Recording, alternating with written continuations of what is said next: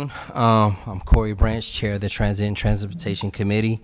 Call our August 25th, 2022 meeting to order. Today's topic is on Z6721 North Hills assemblage to discuss the transit plan around this project. I will turn it over to our Assistant City Manager / Transportation Director, Michael Moore. It still feels odd, doesn't it? Yeah. Thank you, Mr. Branch.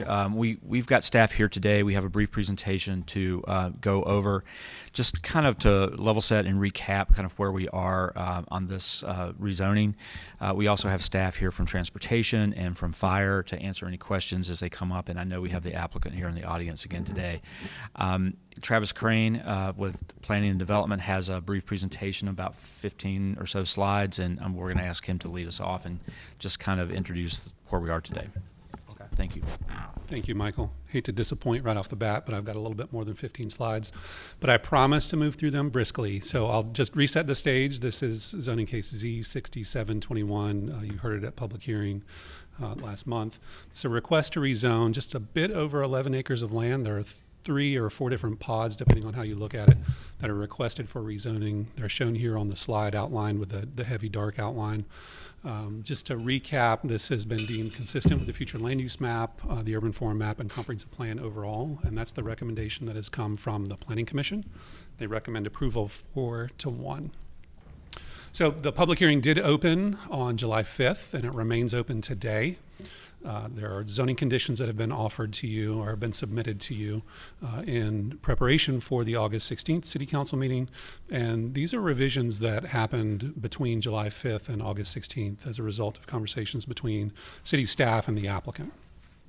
So here's an aerial look at the properties. Again, a couple of different areas here identified on the slide as areas 1, 2, and 3. Those are the Lassiter, Six Forks, and 440 nodes, labeled as 1, 2, and 3 respectively. Here's a recap of the conditions. I'm not going to read them verbatim. 1 through 4 here on the screen did not change. You'll see on the next slide language that did change in the August 16th conditions that came to you. So there was some enhancement that occurred relative to the condition related to the fire station. You might remember that was part of a conversation that occurred about fire sufficiency and the ability to serve development in this area. So the applicant has offered a condition that would dedicate an amount of land to serve that purpose. And additionally, there's another condition that was added about a step back for buildings within that 440 node. So if you go back in your mind to the aerial that I just showed, it's that southernmost node labeled number 3 on the map. So from a future land use map standpoint, this is all regional mixed use. So staff and the Planning Commission have opined that this is consistent with that land use designation. However, the building heights that have been requested here of 30 and 40 stories exceed the height guidance that's identified in the comprehensive plan. We use a table known as LU2 that specifies the appropriate range of building heights for different areas based on the future land use map classification. And also, there was some guidance in the walkable Midtown plan that did not envision heights of 30 and 40 stories. So as I mentioned, this has been deemed consistent with the comprehensive plan, consistent with the land use map and the urban form map, and additional guidance that has been given related to the conditions has really fed into the consistency rating there. So here are a number of different policies that were analyzed and deemed to be consistent for this case. Carrying over on to the next slide, same story here, a number of conditions mostly related to land use and economic development here that have been deemed as consistent with the plan. And then the squares at the bottom are a few area plan policies that were also deemed consistent. There were 3 policies identified as inconsistent with the comprehensive plan. The first is density transitions. The second are area specific related to that Midtown plan. APMT 12 and APMT 13 related to height and affordability.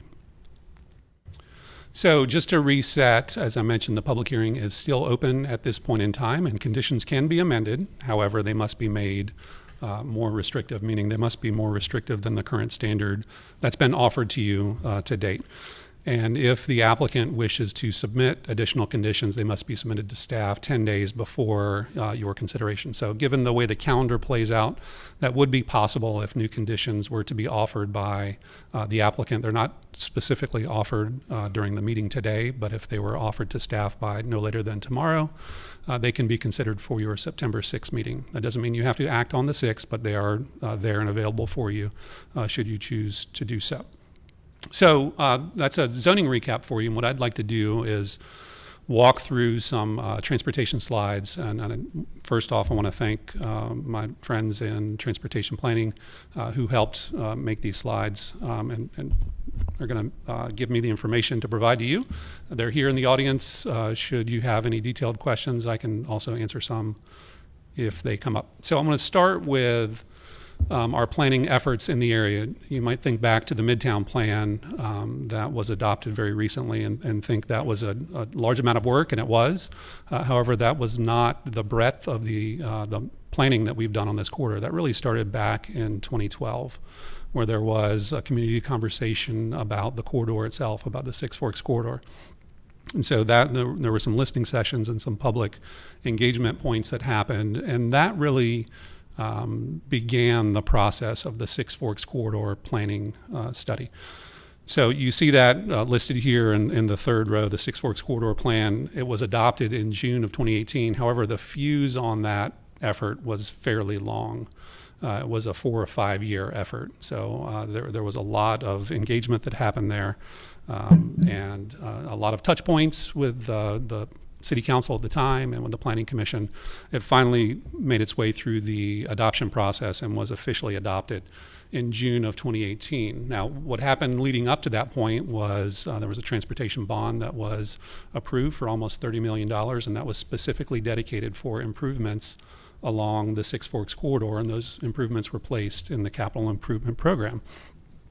So following up on the heels of the Six Forks corridor plan was the walkable Midtown plan, which was adopted in December of 2020, so at the very end of 2020.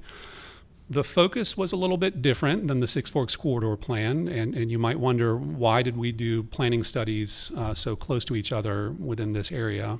While there was some overlap in the corridors, the focal points were a bit different. So the Six Forks corridor really started Beltline and went all the way up to Lynn Road, where the walkable Midtown plan captured a fair amount of land that was further to the north and east.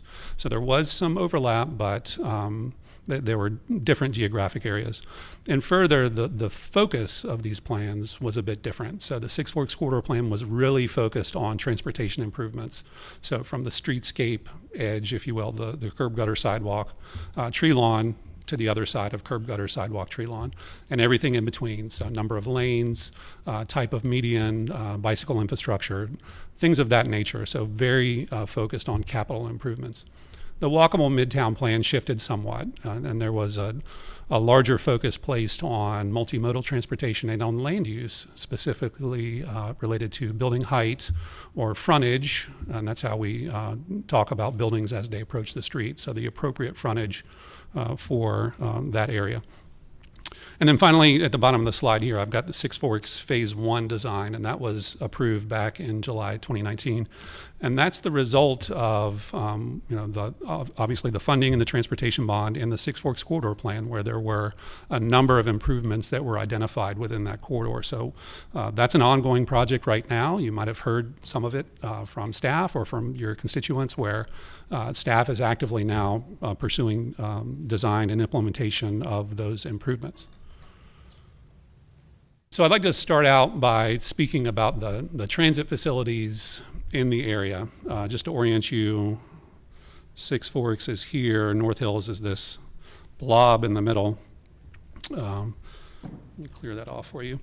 And what these different lines represent are transit lines that serve the area. So these are, there are 5 different lines that converge. You see all these, looks like a little rainbow spaghetti pile there.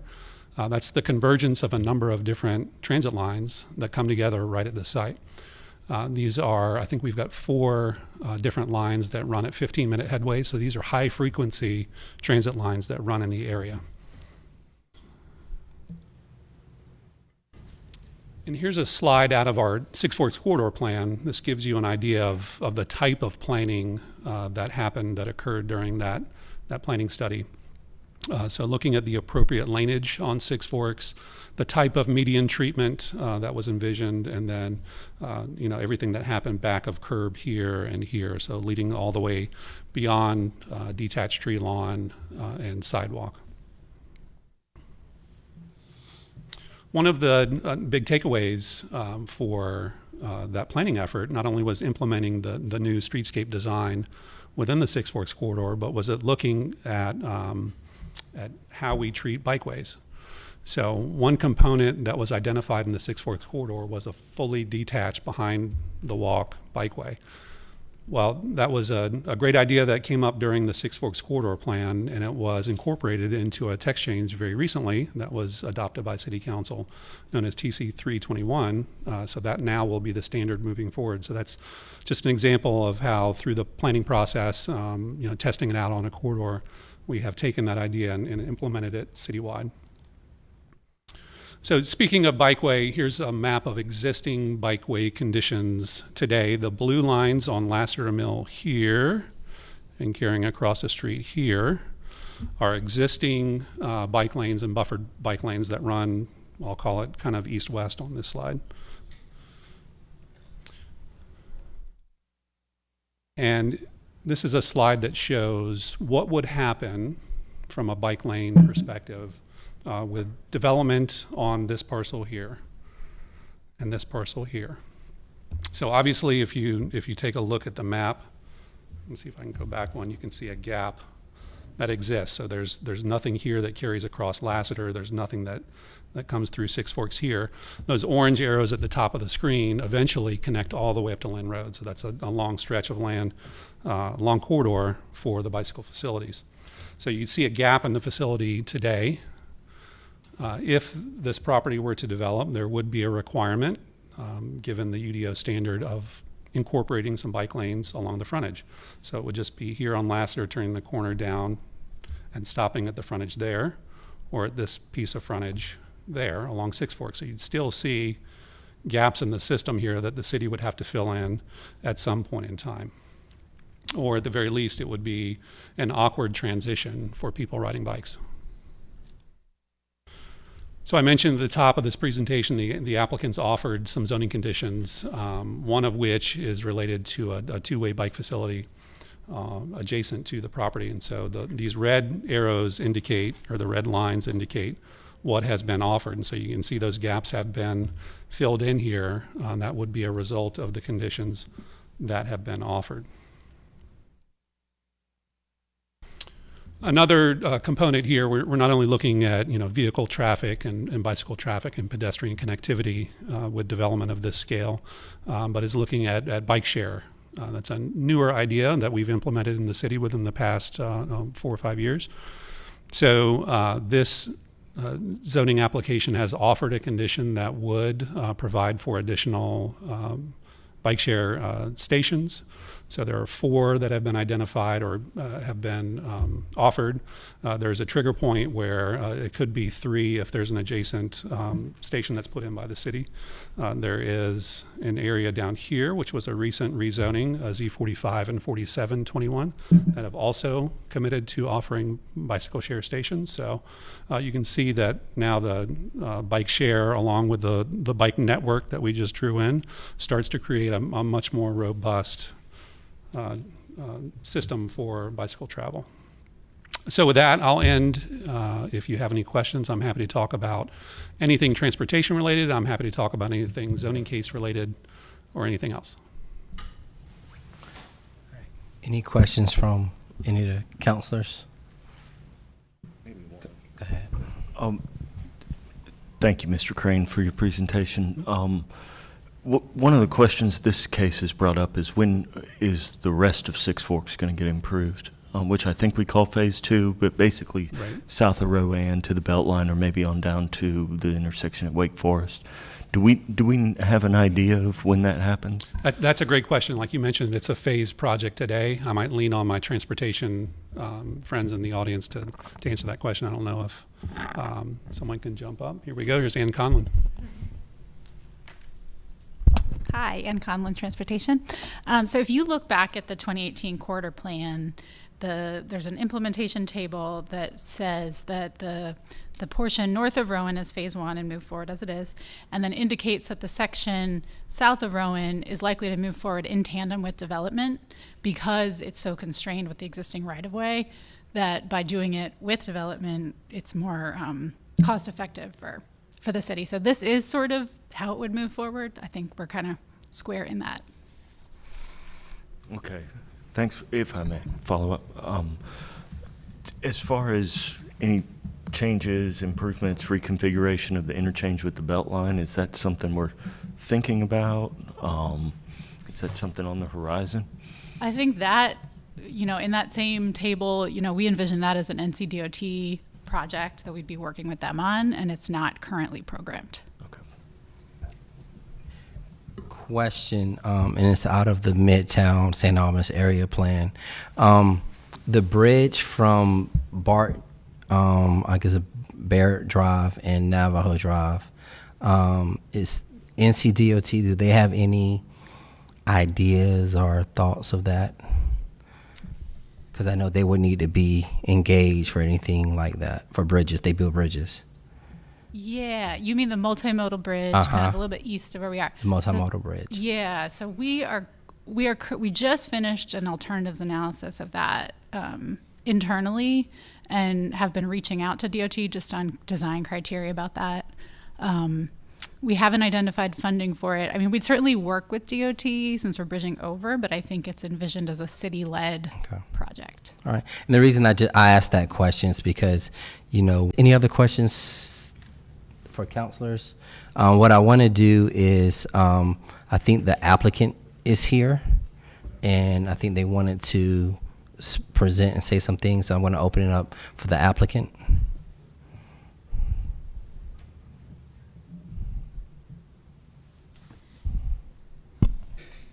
Thank you, Chair Branch. Jamie Schwadler with Parker Poe at 31 Fayetteville Street. I think Travis did a great job of giving an overview, so we don't have a presentation with slides. I do have some materials that we've been working on over the past week since we referred from council, mainly in response to the questions we heard about transit and the other matters that we heard posed at the table. And so I'd like to just explain where we are, what we heard, and how we've tried to work on conditions and explain what those conditions are. And I have them in old school handouts instead of a PowerPoint, if that's all right.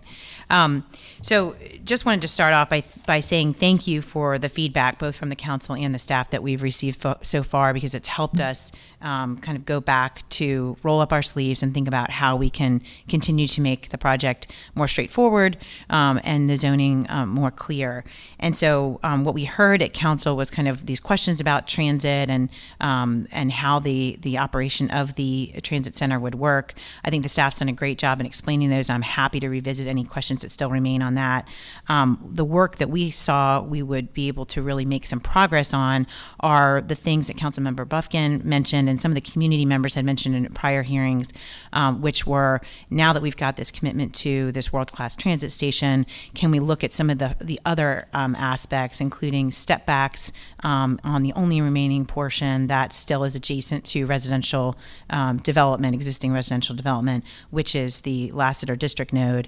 And then what could we do in terms of making these units more affordable while still providing this world-class transit center? And that's a high bar and task for us, because we want to make sure we're giving the city, obviously, the flexibility that the conditions envision. So what we did over the past week was work internally, and then reached out to staff to kind of share some of how these conditions were coming together to address both the step backs and housing affordability. And I can pass out kind of where we are on those today for the committee to consider. I think I've got.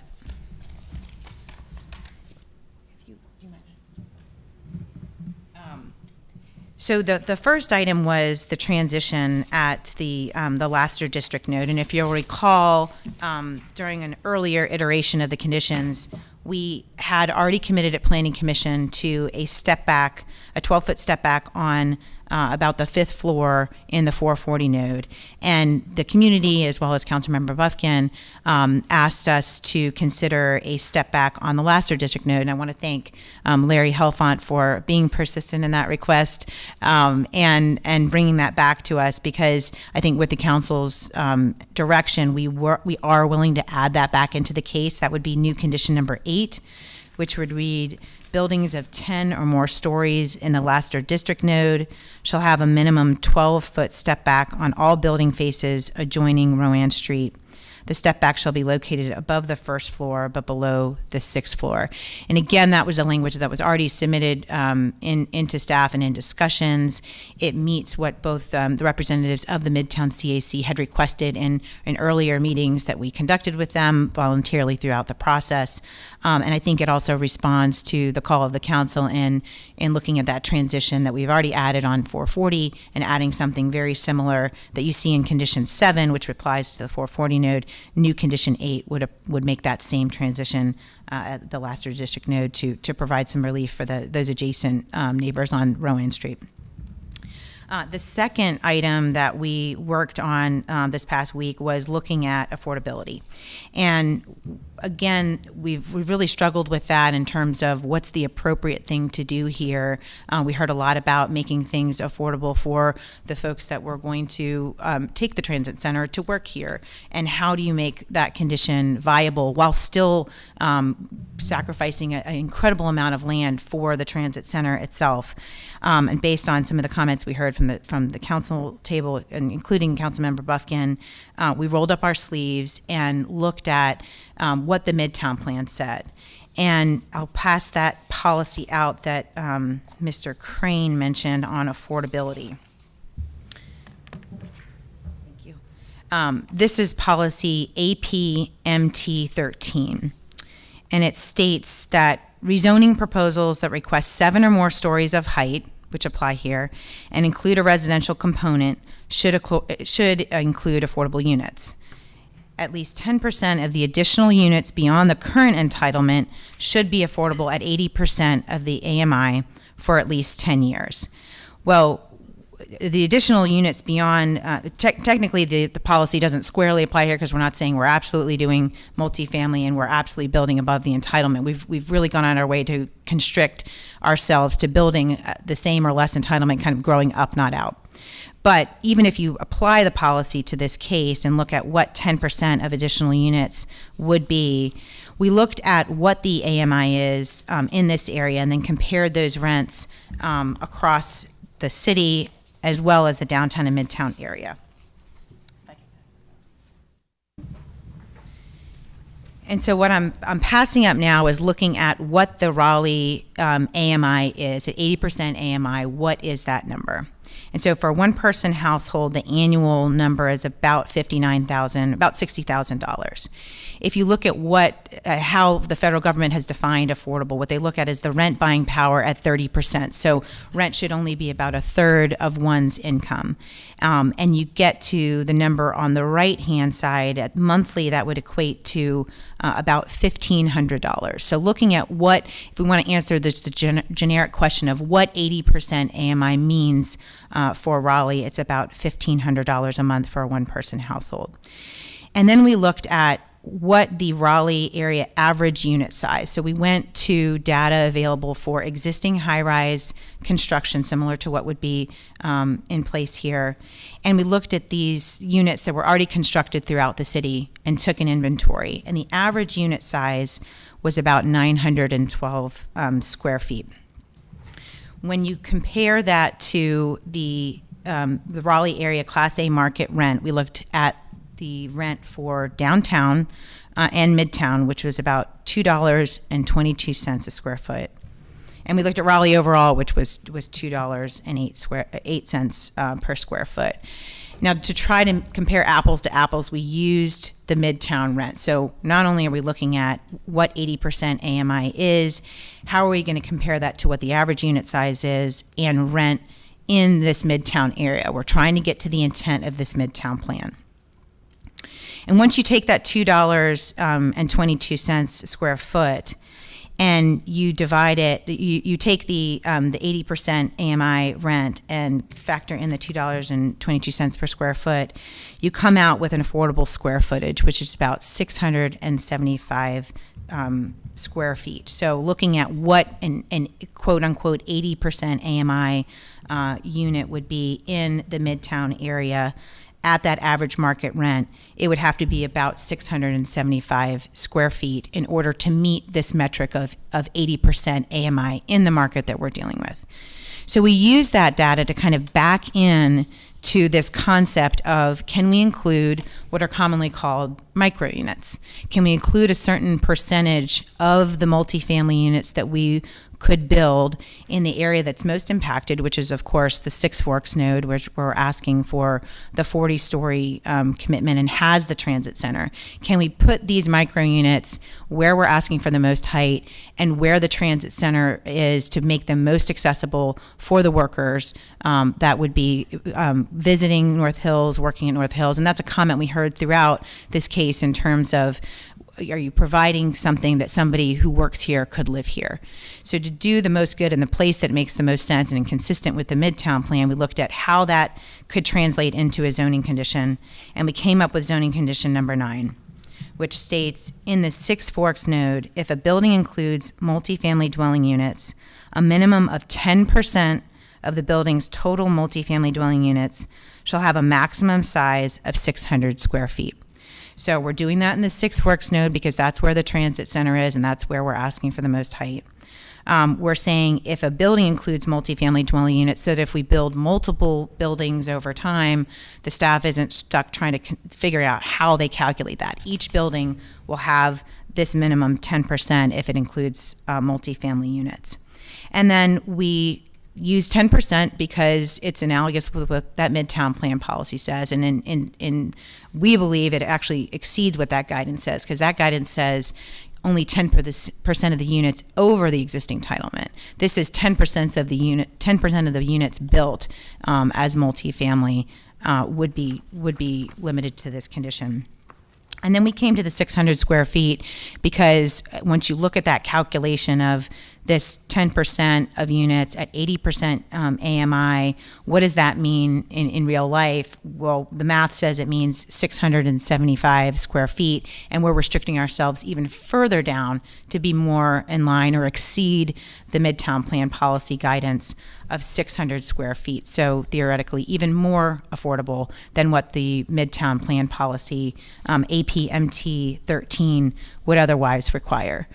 So it's a new and different way of looking at housing affordability. I think it's one that has been modeled in other cities. We spoke briefly with planning staff before this committee meeting and understand it's not something that's been done in the city of Raleigh, but it has been done in Durham and it's been done elsewhere in North Carolina, and think that it could provide a really meaningful way to make housing more attainable. It's very easy to say the only way to get affordable housing is to be a tax credit deal or to have these zoning conditions that are, 80% AMI for X number of years. But this is just another means to the same end. When you restrict the size of the housing and you do it in a way that's not only consistent with the Midtown Plan, but exceeds what you might otherwise get from the Midtown Plan, we think it really makes a meaningful step into providing not only affordable housing, but housing affordability and attainability in the location that the Midtown Plan and the community has urged us to do, and in response to some of the council members' statements at the table, which again, we really appreciate the guidance from Councilmember Buffkin and leading us to think creatively to get back to you today and kind of these unique ways that the city can attain more affordable housing for more folks in the area that they need it. So with that, we're happy. I know Mr. Crane indicated that we could turn these in tomorrow. We've already kind of discussed them a little bit with the city. We'd like to turn them in tomorrow to get their feedback and make sure we're on the right track, that there are no issues with enforceability. Obviously, when this comes back to the table is up to this committee and up to the council, but we'd like to put this back into the staff's hands in order to let them weigh in on it and make sure that we're on the right track and not missing the mark in terms of enforceability. With that, we are happy to answer any questions about these new conditions or the existing request that we can answer. Any questions from any council members? All right. So what I'm going to do now, first of all, thank you for the information and that you shared. I'm going to open it up for the public. Is anyone here to speak? Want to speak? Okay. I'll open up for you, Mr. Hoffman, to come up and speak. Helford, sorry, to come up and speak. And then afterwards, I actually do have some questions that are more transit related. I think around staff can probably help me with, but we'll have you come up and speak, sir. Since you're the only one, I give you 5 minutes, but you don't have to use it all. Thank you.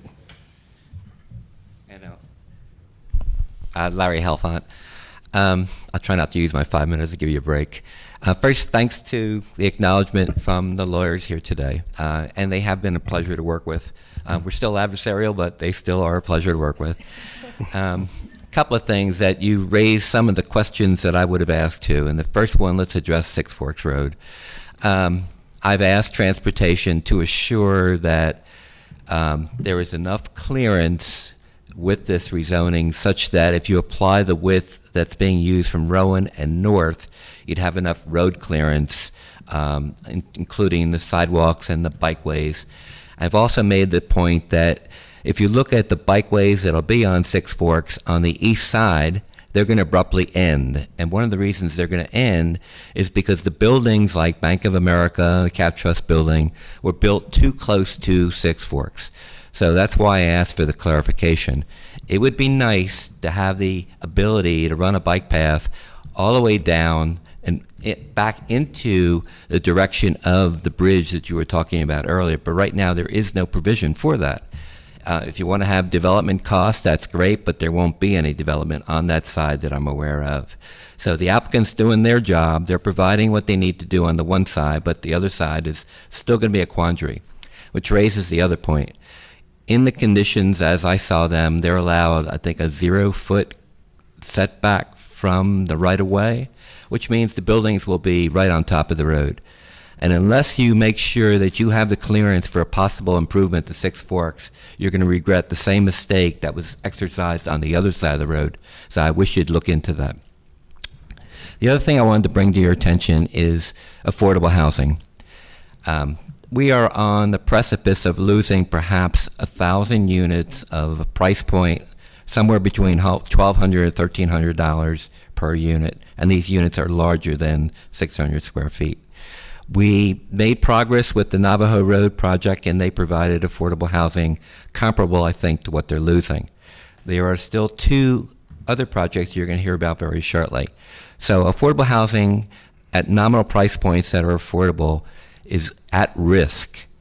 I appreciate the fact they offered the condition, but the other aspect of that is that they may be built, and that's kind of the trend with Kane Realty. They may be built in every project that he discusses. And the last thing I want to raise is that when you go to a 40-story high building, you cannot, as far as I know, my architectural knowledge might be slim here, but you cannot build a 40-story building at the quoted square footage that you expect for affordable housing. It's going to be considerably more. The Eastern, across the road, goes from $3,000 to $14,000 for apartments. Most of the other complexes on the other side of the road range $2,000 to $3,000, and I think even within North Hills, Maine, they're up around $2,000, but I don't know exactly. So my point is, you're not really meeting the affordability that's required, especially with a transit station, especially with a mobile corridor that you expect Six Forks to begin with. And I don't think you're providing the affordable housing that you claim you want to do, especially with a transit corridor. So that's all I wanted to address for today. I wish you would stay with the 20 stories.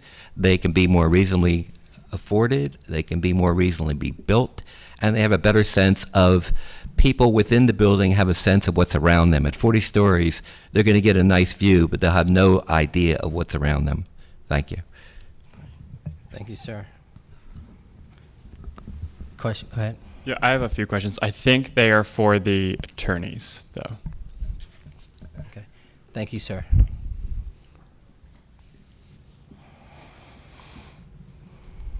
I don't like math and I'm bad at it, but I have your chart in front of me.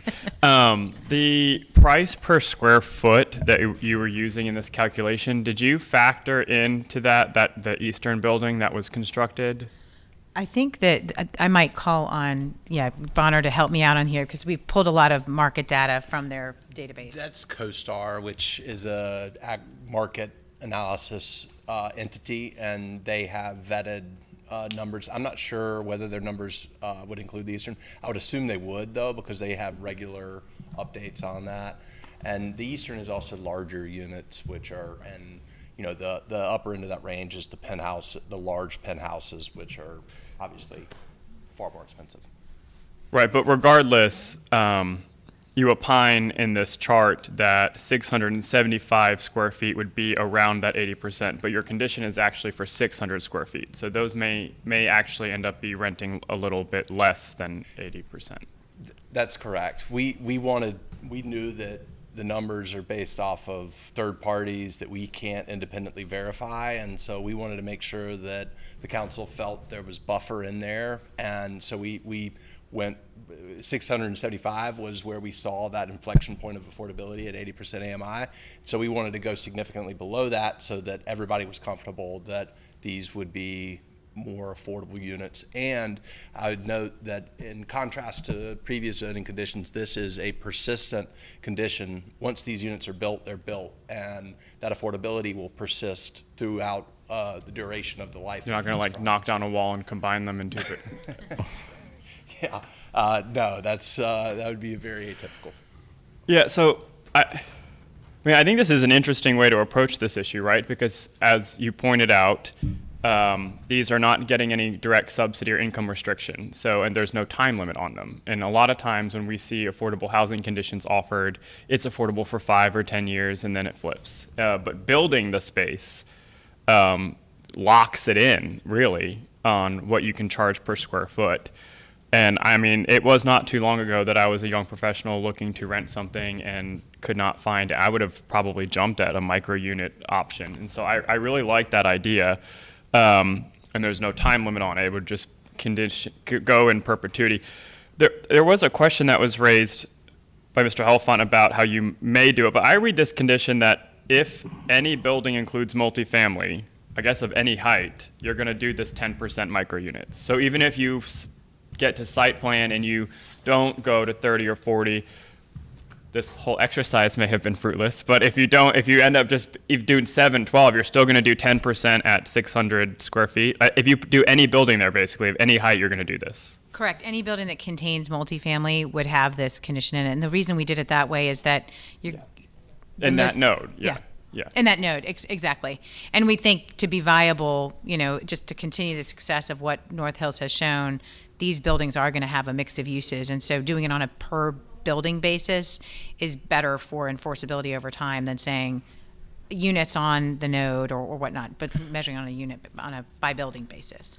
And then what about, I can't find it in here, the 0-foot setback from Six Forks and the concerns about space for the bike lanes and the street? Because, I mean, Mr. Helfont raises a good point. Across the street, I mean, that Bank of America building is right there on Six Forks, and it does not create a very inviting pedestrian space. It's not something you want to interact with. And I think it's going to be important that what happens with this case, that the other side, we can maybe sort of learn from that. Well, I can address that. I think we certainly have learned lessons from the buildings on Six Forks, and staff has been very vigilant in asserting 2 lanes going both ways on this side of Six Forks so that there is that depth of right-of-way to accommodate the needs of the staff, and the same along Lasser Mill. And I would note that the blue line showed the bike lanes coming up well into Lasser Mill Road. Those exist as on-street bike lanes, but not off-street bike lanes as the city's new standard requires. And so these bike lanes, while it is making connections that would never be made, it's also upgrading sections that were on street, on the edge of the road, on the asphalt, taking those up above the curb in a safer location where all can bike, and creating that connectivity throughout the district that is safe and is to the city's current standard, upgraded standard. So you're saying there is a condition in here that's going to make sure that there's space and not a building right on Six Forks Road? Yes, Which one is the that? requirements of the. Yeah, it's 3A, the two-way separated bikeway behind the curb. And So what- is that operating as like a de facto setback of some sort because you have to set the space for the bikeway? Is that Right, is you'd that have what the- you're saying? Exactly. You'd have the two-way separated bikeway, sidewalk, strip, and then you'd get into the building setback. So much, much broader and different feel than you have across the street. And through negotiations with staff, we landed on that number. It's about 21 feet, if I recall correctly. 21 and a half feet. I have other comments, but those are the only questions I have, so I'll yield. Real quick before we go to the next question, I know some just walked in. I want to make sure this is the Transit and Transportation Committee meeting. I just want to make sure we had people come in previously that were in the wrong location. So I just want to make sure that you all are where you want to be. All right. Go ahead. Thank you, Mr. Chairman. So I think that was a really good question, Mr. Melton, and I was going to ask the same thing. And I think maybe the confusion is that while there's no setback from the right-of-way, the bike lanes and the sidewalks would be in the right-of-way. So just as you said, it functions like a setback. It's just going to be a setback that has a bike lane. So that was very helpful. I do have a question for the applicant. Can you translate the 10% into like a range of number of units? Like, you know, you have some hypotheticals. If the whole thing was multifamily, then it'd be 10% of a big number. Yes. If it was half offices, half multifamily, then it'd be 10% of a smaller number, and so on. You have those ranges? We do, and of course, they're all hypotheticals. Sure. So if you looked at what the Midtown plan would require, just the delta, according to the staff's report of what you could build by right versus what the entitlement would allow, 10% of that would be about 223 units. So if we were just following that Midtown plan. Our ultimate amount of multifamily units that we could build under the staff report is about 4,749. So if everything was multifamily, you'd have 474 units, essentially. So if we built only half of the square footage out as that, you'd be somewhere close to about 285 units. So even if you take a conservative number, it's still a pretty high number. So then we'd be taking 10% of the 4749 or 10% of the 2085 to get to our number of affordable units. Yeah, assuming those would be all multifamily units built in the Six Forks node. Right, yeah, that's just what I needed. Thank you. Bunch of lawyers up here trying to do math. In front of all these people, too. I did not have a good time with So that. I have a question for staff, because one of the questions around traffic and transit is, well, in the report, it says if we do 40 stories, it's still less intensive than by right. Can you speak to that and help understand?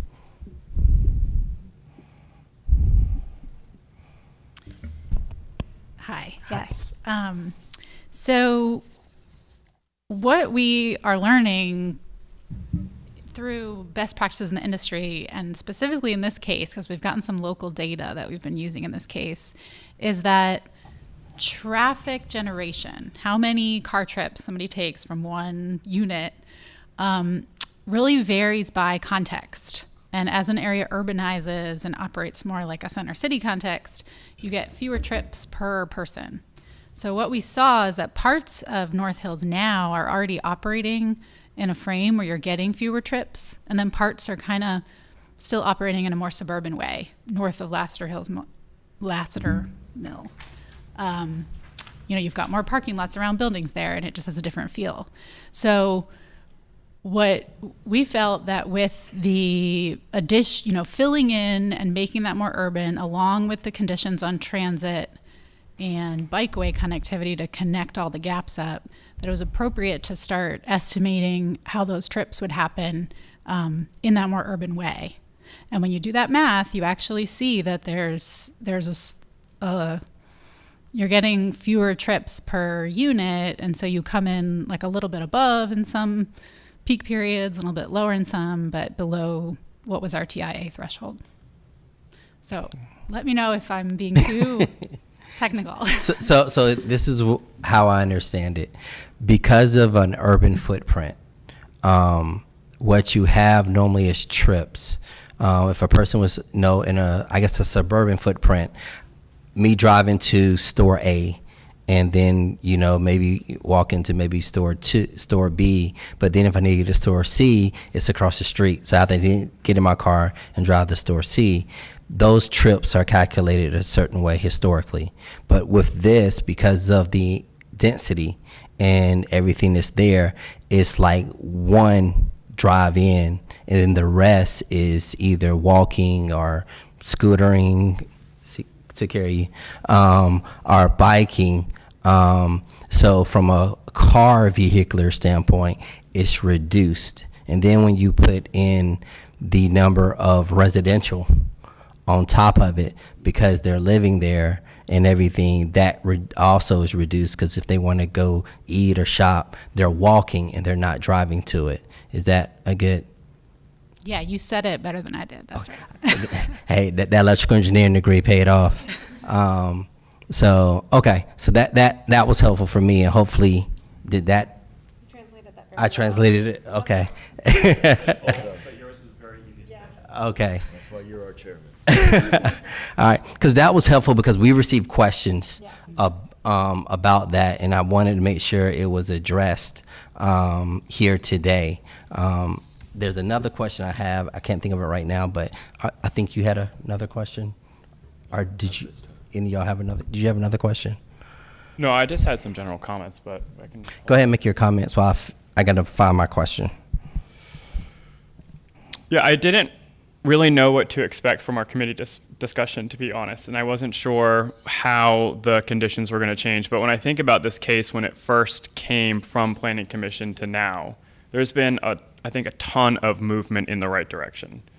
And I'm looking at this as an opportunity, because they can already build there by right. And if they build by right, it won't be as tall, but there's this discussion between height and intensity, and sometimes I think we focus on the wrong thing. It won't be as tall, but I think it will be much more intense. It'll be built with no setbacks. We won't have a transit facility. We won't have space for the new fire station. We won't have the micro units.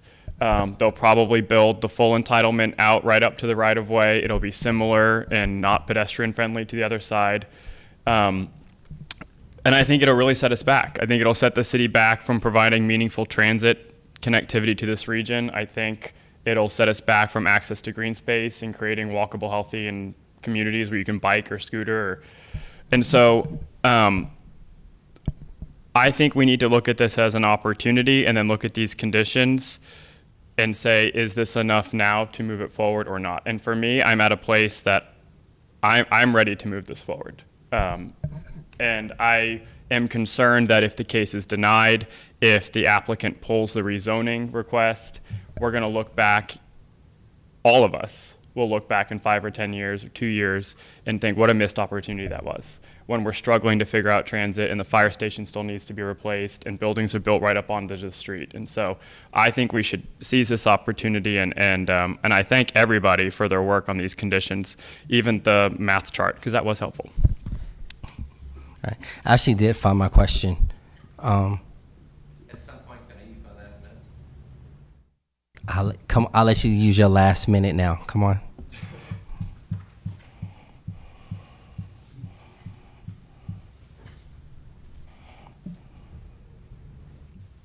First, let me address Councilor Melton's comment. We're not against density, and quite frankly, I think they've come a long way, as you said, and they're offering a lot of good things. I don't think your scenario is going to happen. I don't think they're going to pull back from a big commercial opportunity to improve the land around North Hills. You need to work with that. The firehouse is already a necessity. When you build a 36-story building across the street with a lot of people in it, the firehouse is already outdated and service has to come from somewhere else. Just let me say that. The other thing is with the transit station. One of these buildings is going right on top of an existing bus stop. That's why there was so much discussion with transportation. It'll be so congested with the addition of the two, whatever they're going to be, heights, and plus the building in the back. I don't know where this open land is going to come from. Transit station, plus the addition of the buildings, plus what's being added in currently. I'd love to see the site plan at some point. And all I'm going to say is, when you talk about 4,000 family units, I think was the quote, you're talking about nearly 10,000 people with no road improvements on Six Forks. All the roads around this complex currently are going through traffic calming. Where do you think the cars are going? They're not going to go up and down Six Forks. They're going into the neighborhoods. And that's all I have to say. Okay.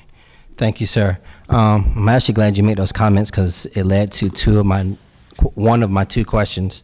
And one is around the fire station.